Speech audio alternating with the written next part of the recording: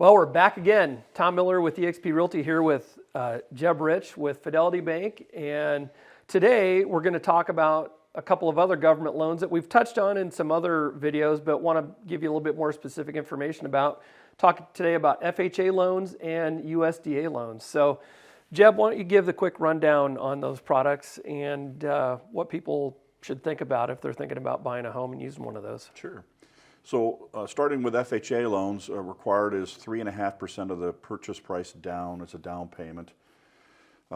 We can marry that product with an IFA or Iowa Finance Authority grant to cover that down payment and closing costs.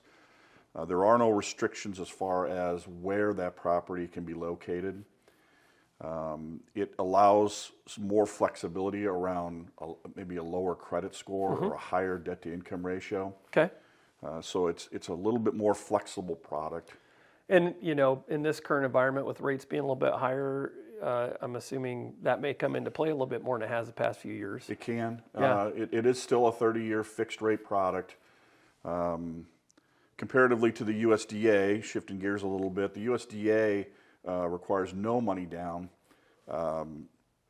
But there are some restrictions about where that property needs to be located. Okay. So think rural or small town Iowa. Basically outside of the metro area. Yeah. So if we think about that USDA product real fast, just name off some communities that would be kind of the first line of opportunity for somebody in this area. Thinking out west, Adel, Dallas Center, Granger. Okay. So you don't have to go that far out of the metro to find a property that would work with the USDA loan. I mean, thinking south, Indianola and Norwalk are too close. They're too large. Yeah. But you go west, Winterset. Yep. Going east, portion of Bondurant. And like the USDA, east side of Bondurant? Yeah, the USDA remaps that every few years where they'll have lines, and we can guide you through or pull up if that property that you're looking, or to give you a pointed or a direction on where that qualifies. So like Colfax, Newton, do those? Newton, Colfax, Mingo, North Huxley. Yep. That areas. I mean, that's a big deal to be able to put 0% down on a house in this environment. It is. I mean, in looking at it's a fixed rate product, so you don't have to. Years ago, the 100% financing was popularized, but it was tied to an ARM or adjustable rate product. Yeah. These USDA loans are fixed rate. Yeah.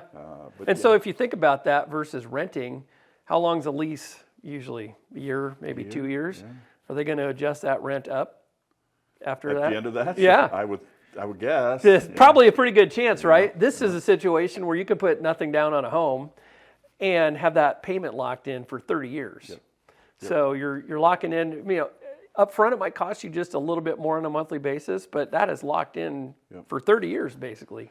And both those products have a nice feature to them. As we expect rates to move downward, we can do an FHA streamline refinance. Okay. Where you can track those rates and follow those down. So. Cool. That's awesome. Anything anybody else should know about the FHA or USDA? I don't think so. Okay. Great. Well, I appreciate that input. And, if you're thinking about buying a home, if you're, struggling with a down payment and you maybe want to live in a smaller community, I think Jebb's a great person to talk to about that USDA product. It might be just the thing for you. If you want to buy an acreage and maybe build something, probably another great opportunity to talk about. Now, if you were to do a construction loan, can you take that out with a USDA loan? You can. They allow that. It can be a daunting process from a construction So if you're thinking about that, just call Jebb. Yeah. I think that's the best way to go on that. His contact information is either in the comments or in the description of this video. Just give Jebb a call if you've got questions. He can answer them. So thanks, Jebb. Thanks, Tom.